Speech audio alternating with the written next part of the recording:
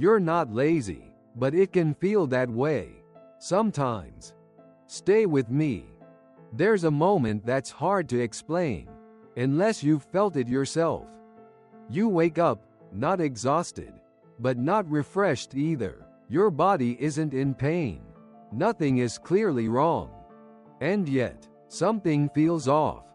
You sit on the edge of the bed, a little longer than you used to, not because you can't move, but because you don't quite feel like moving. And somewhere in the back of your mind, a quiet question appears. What's wrong with me? It's a strange place to be. Not sick, not well, not motivated, not exactly tired, just heavy. You move through the day, but it feels different now. Things that once felt automatic take a little more effort. You pause more often. You sit down longer. You put things off, just enough to notice. You used to power through. Now, you hesitate, and that hesitation feels unsettling, because it doesn't match the person you remember being. So the mind tries to explain it. Maybe I'm just getting lazy. It's a quiet thought, but it carries weight. Because laziness isn't just a description. It's a judgment. And once that word enters the picture, everything starts to feel personal. You question your discipline, your drive, even your character. You compare yourself to who you were 10, 20, 30 years ago, when energy felt easier, and pushing through felt like strength, not a cost. And the gap between then and now starts to feel like something you're failing to close. So you try to compensate. You push a little harder. You ignore the pauses. You override the signals. But something doesn't respond the way it used to. Instead of momentum, you feel resistance. Instead of clarity, you feel fog. And that's the part that doesn't make sense. Because the effort is still there, but the result isn't. So what if the problem isn't effort? What if the problem is the way we're interpreting what's happening? Because what we often call laziness isn't a condition. It's a label. A word we use when we don't understand what we're experiencing. But your body is not vague. It's not random. And it's not working against you. In fact, it may be working harder than ever. Just not in the way you expect. Because something shifts as we move through our 50s and beyond. Not suddenly, but steadily. The system that once recovered quickly now takes longer. Your nervous system, the part that handles stress and safety, becomes more sensitive. Not broken, just less flexible than before. It takes longer to settle after stress. Your body stays on longer than it used to. Noise feels louder, pressure feels heavier. And recovery, real recovery, doesn't happen as quickly anymore. Not dramatically, but consistently, and that changes everything. But here's what most people don't realize. Your expectations didn't age with your body. You may still be holding yourself to the same pace, the same standards, the same definition of productivity, as if nothing has changed. But something has. So you're not failing the system. You're applying old rules to a new one.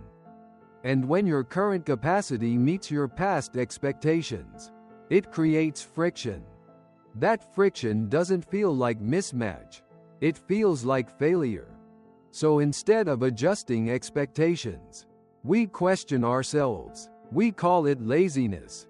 But what if your system isn't slowing down because it's weak? What if it's slowing down because it needs something different now? More recovery. Not just sleep, something deeper. Because at this stage of life, recovery isn't only physical, it's neurological, emotional, and cumulative.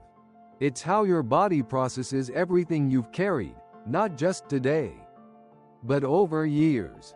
And that processing takes energy, sometimes more energy than the task itself.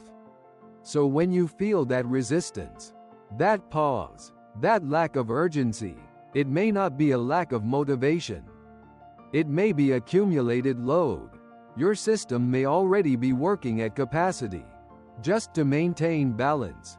And that changes how everything feels, even simple things. This is where the emotional weight begins to build, because it's no longer just about getting things done. It's about what it means when you can't. There's a quiet kind of frustration. You hesitate before committing. You second-guess your energy. And underneath all of that, there's something deeper, a subtle kind of grief. The loss of a version of yourself that once felt effortless. And no one really talks about that part. They talk about staying active, staying sharp, staying engaged, but not about what it feels like when your internal rhythm changes. And you don't yet understand the new one. So you keep following the old map, even when it no longer fits the terrain. And this is where something can begin to shift, not through effort, but through a different question. What is my body trying to recover from? Not fix, not push through, not ignore, recover. Because once you ask that question, something begins to reorganize. The pause is no longer a flaw. It becomes information. The resistance is no longer an obstacle. It becomes a signal. And slowly, something softens, because instead of fighting your body, you begin to listen. And what you hear may surprise you. Recovery isn't just about rest. It's about safety, about whether your system can come down from constant alertness. It's about how much pressure you've been carrying, without realizing the cost. And after 50, that cost becomes more visible, not because you're weaker, but because your system is more honest now. It no longer hides the strain. It asks for space, for pacing, for real restoration. Not as a luxury, but as a requirement. And this is where identity begins to shift, from proving to understanding, from pushing to noticing, from performance to rhythm. Because the goal is no longer to override the body, it's to move with it. And that doesn't mean doing less. It means doing differently, in a way your system can actually sustain. This is not a loss of capability. It's a recalibration. And recalibration doesn't feel powerful at first. It feels unfamiliar, slower, sometimes uncomfortable. Because it asks you to release a version of strength built on endurance, and step into one built on awareness. And awareness doesn't look impressive. It doesn't push. It doesn't rush. It listens. And that kind of listening can feel like doing nothing.